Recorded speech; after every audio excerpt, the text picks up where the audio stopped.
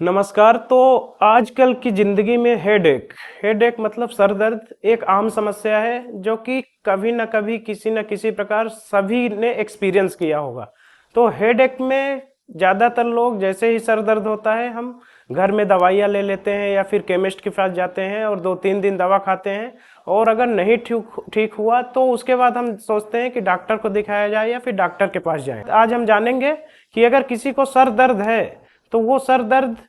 कब हम इसको जाने कि ये बहुत सीरियस सर दर्द है। सर दर्द जो है एक छोटी सी बीमारी जैसे बुखार में भी हो सकता है, बुखार से लेकर एक बहुत बड़ी बीमारी कैंसर, ब्रेन ट्यूमर।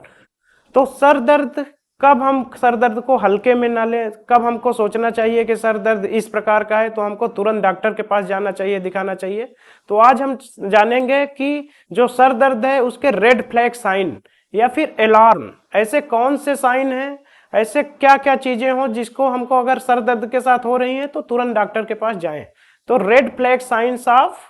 हेडेक। तो आज हम देखेंगे अगर किसी को पहली बार अचानक से एकाएक असहनीय दर्द,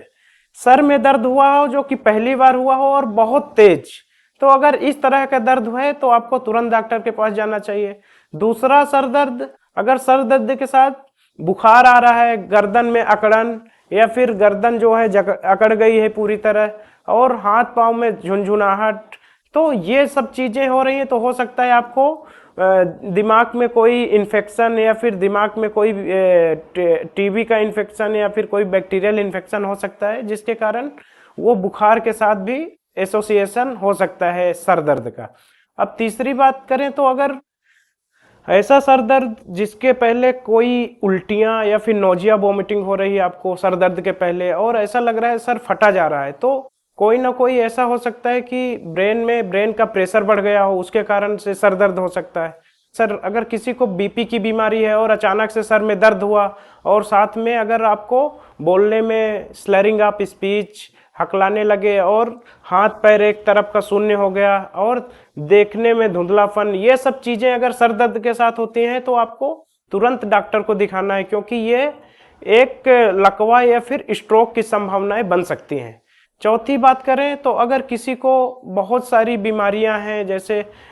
लंबी बीमारियां, टीबी, एचआईवी या फिर कोई क्रोनिक इलनेस, तो इन केसेस में अगर कोई सर दर्द होता है, कोई कैंसर पहले से है, तो ये समझना है कि उनकी metastasis to brain,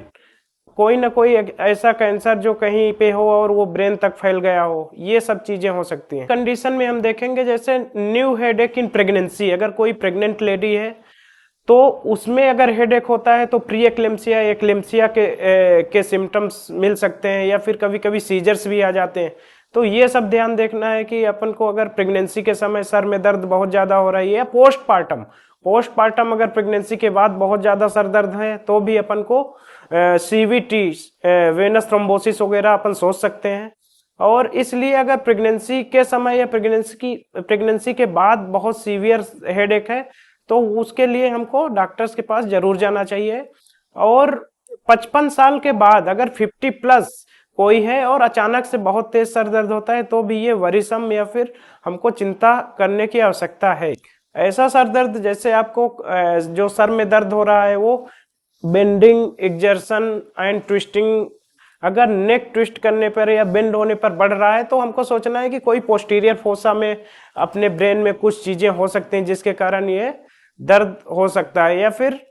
low volume CSF headache जिसको बोलते हैं कि अगर लंपर पंचर के बाद सीएसएफ का जो वैल्यूम है वो कम हो गया, उसके बाद भी ये हो सकता है। और हमको ये भी देखना है कि कोई भी ऐसा सर दर्द जिसके कारण हमको रात में सडन अवेकनिंग या फिर सोते सोते हम जग जा रहे हैं, बहुत सीवियर इतना तेज सर दर्द हुआ, तो ये भी ऐसी संभावनाएं हैं कि कोई ना कोई जटिलताएं या फिर ब्रेन का कोई ना कोई इशू हो सकता है। तो हेडेक एक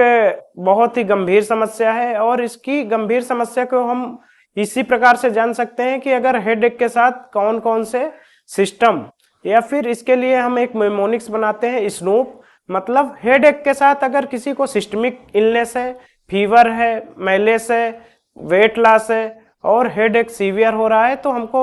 इसको वरीसम या फिर ये दिक्कतें हैं तो हमको सोचना है कि ये हेडेक है जो कॉम्प्लिकेटेड हेडेक हो सकता है। और दूसरी चीज, अगर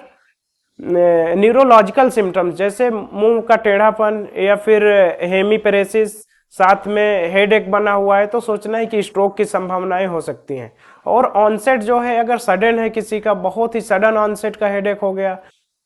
और ड्यूरेशन भी जो प्रोग्रेसिव था, धीरे धीरे अचानक उसमें पैटर्न ऑफ हेडेक चेंजेस हो रहे हैं, तो ये सब चीजें अगर हैं तो हम सोच सकते हैं कि जो ये हेडेक है वो रेड फ्लैग साइन या अलार्म दे रहा है कि आपको डॉक्टर्स के पास जाना चाहिए और दिखाना चाहिए। Thank you.